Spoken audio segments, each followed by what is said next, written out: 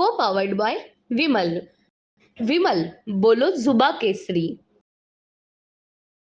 शिवसंग्रामचे नेते विनायक मेटे यांच्या निधनानंतर जर पाहिलं गेलं तर शिवसंग्रामला थोडा काळ खीळ बसली होती. मात्र त्यानंतर त्यांचे जे सख्खे बंधू आहेत रामहरी मेटे, त्यांनी जय शिवसंग्राम नावानं संघटना आणि पक्ष त्यांनी तयार केला, स्थापन केला.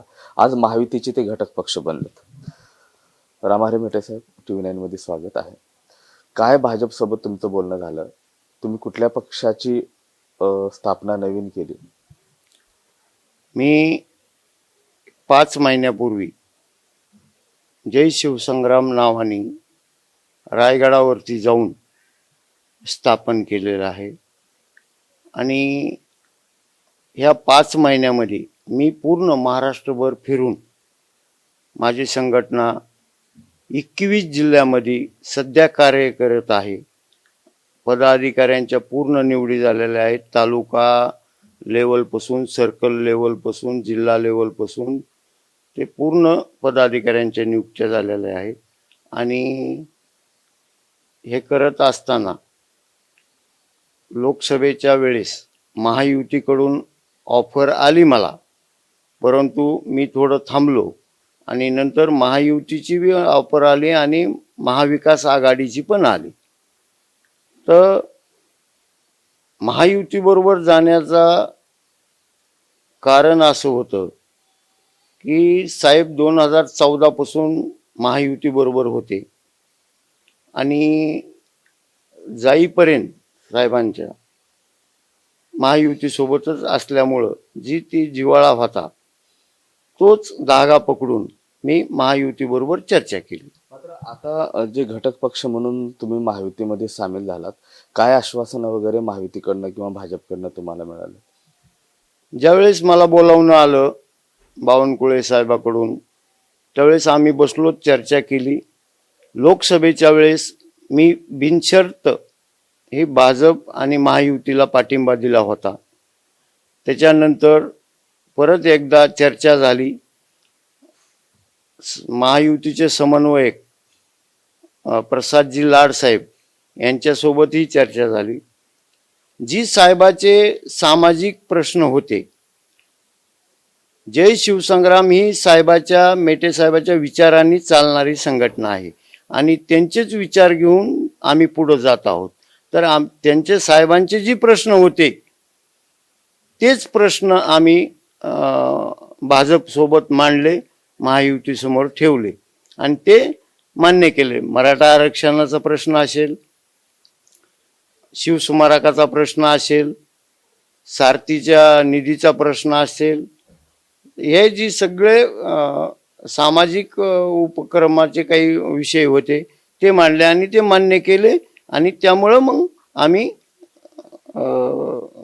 तयार झालोत आणि महायुतीसोबत जायचा निर्णय घेतला. मात्र रामहरीजी, शिवसंग्राम हा पक्ष जो आहे विनायक मेटे साहेबांनी वाढवला होता. असं का झालं की तुम्हाला नवीन पक्ष संघटना खोलावं लागलं? ज्योती मेटे तुमच्या भावजाई आहेत, त्या शिवसंग्राम सध्या चालवत आहेत. साहेब, हे काही महाराष्ट्रामध्ये घर फुटणं हे काही नवीन नाहीये.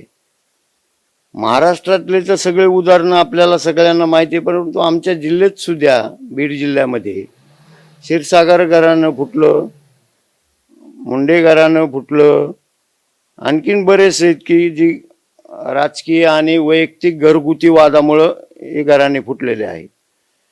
साहेबांच्या पश्चात ज्या गोष्टी मला अनुभवायस आल्या, संघटनेमधून मला निग्लेक्ट करणं, घरगुती जो विषय आहे तो मला त्या ह्याच्यातून निग्लेक्ट करणं, घरगुतीमधून अशा काही गोष्टी घडत गेल्या की मला नविलाजाने बाहेर पडावं लागलं. आणि बाहेर पडत असताना एकच विचार केला की आपण साहेबांचे विचार महाराष्ट्रभर, जे साहेबांनी विचार दिले होते ते महाराष्ट्रभर आपण हे चालवत राहिले पाहिजे. आणि त्याचं कारण की आपण संघटनेमार्फतच चालवू शकतो साहेबांचे विचार. या कारणास्तव मी जय शिवसंग्राम संघटना काढली. हे करत असताना भावजाई म्हणून ज्योती मेटे यांना विचारात घेतलं होतं किंवा त्यांनी तुम्हाला बोलावून काही गोष्टी सांगितल्या होत्या? नाही नाही, असं काहीच झालं नाही. त्यांनी कधी मला बोलावणं केलं नाही आमच्या वहिनी साहेबांनी, आणि मी कधी त्यांच्याकडं परत गेलो नाही. एकदा मन दुखली की मग लांब लांबच जात असतात माणसं. त्या उद्देशाने मग ते पण आम्हाला बोलवलं नाही, मी पण त्यांच्याकडे गेलो नाही. आणि महाराष्ट्रभरातले कार्यकर्त्यांचा रोष, जी थंड शिवसंग्राम त्यांची पडलेली होती, त्याचा रोष घेऊन ते माझ्याकडे सगळे यायचे आणि बायासाहेब आपण काहीतरी केलं पाहिजे, आपण काहीतरी साहेबांचं विचार आपण घेऊन पुढं गेलो पाहिजे. मग सगळ्या महाराष्ट्रातील कार्यकर्त्यांना एकत्र करून रायगडावर जाऊन जय शिवसंग्राम संघटना स्थापन केली. रामारीजी आणखीन एक की तुम्ही आत्ताच मगाशी म्हणाले घर फुटणं काय नवीन नाही, मात्र आतापर्यंत काका आणि पुतण्याचा राजकीय वाद पाहिला, मात्र पहिल्यांदाच भावजय आणि दिराचा राजकीय वाद समोर आलाय असं म्हणायचं आम्ही? नाही, असं आता प्रत्येकाला अपेक्षा आकांक्षा असतात किंवा काही गोष्टी असतात, त्या भावनेतूनच ही गोष्ट घडलेली आहे. असं पाहिलं तर मला काही आमदारकी लढवायची नव्हती, खासदारकी लढवायची नव्हती. तरी सुद्धा काही राजकारण म्हणलं की काही लोक चांगल्या माणसापाशीही काही चार लोक असतात, कानं भरणारे कानं फुकणारे. अशा लोकांचं ऐकून थोड्या गोष्टी घडत गेल्या आणि फाटत गेल्या सगळ्या गोष्टी लांबत लांबत. आमच्या मेटेसाहेब असताना सगळी धुरा शिवसंग्रामची तुम्ही सांभाळायचं. मेटेसाहेब गेल्यानंतर असं काय घडलं की तुम्हाला दूर जावं लागलं? साहेब असताना बीड जिल्ह्यामधील जे राजकारण करायचे ते पूर्णपणे 100% मला विचारात घेऊन हे राजकारण करायचे. समाजकारण राजकारण हे दोन्ही गोष्टी मला विचारात घेऊन करायचे. एक मान द्यायचे, सन्मान द्यायचे. साहेब गेल्याच्या नंतर तो मान सन्मान विचार कुठल्याही गोष्टी माझ्याशी करण्यात आल्या नाही किंवा मला थोडंसं निग्लेक्ट करण्यात आलं काही लोकांच्या सांगण्यावरून. त्यामुळं मी बाहेर पडलो.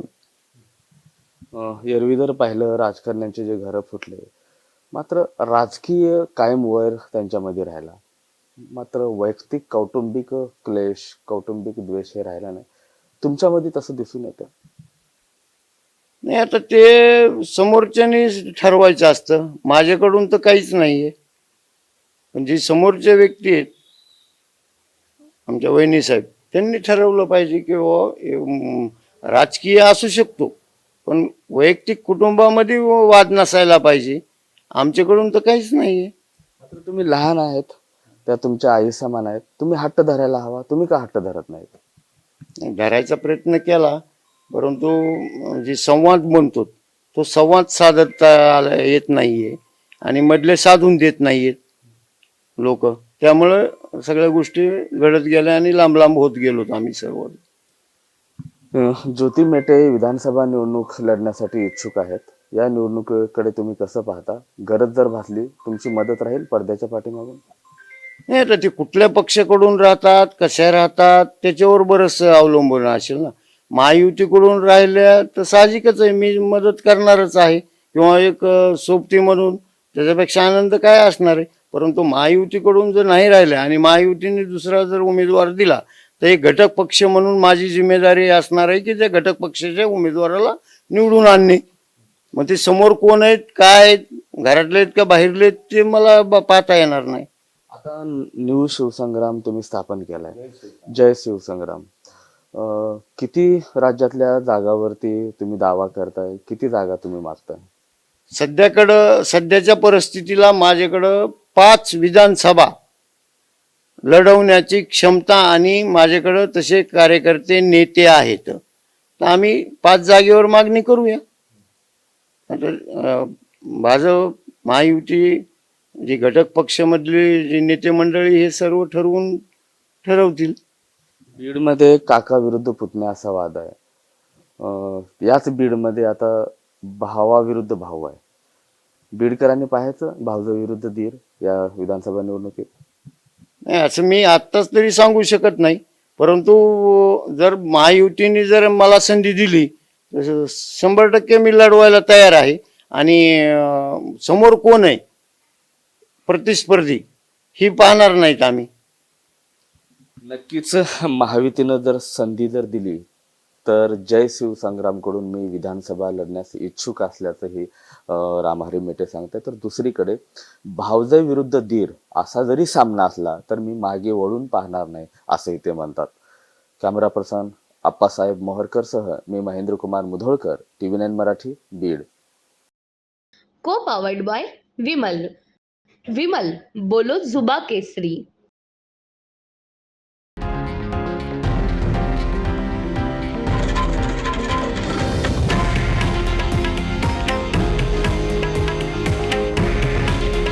हे आहे देशातील नंबर 1 न्यूज नेटवर्क आणि आपण पाहत आहात TV9 मराठी.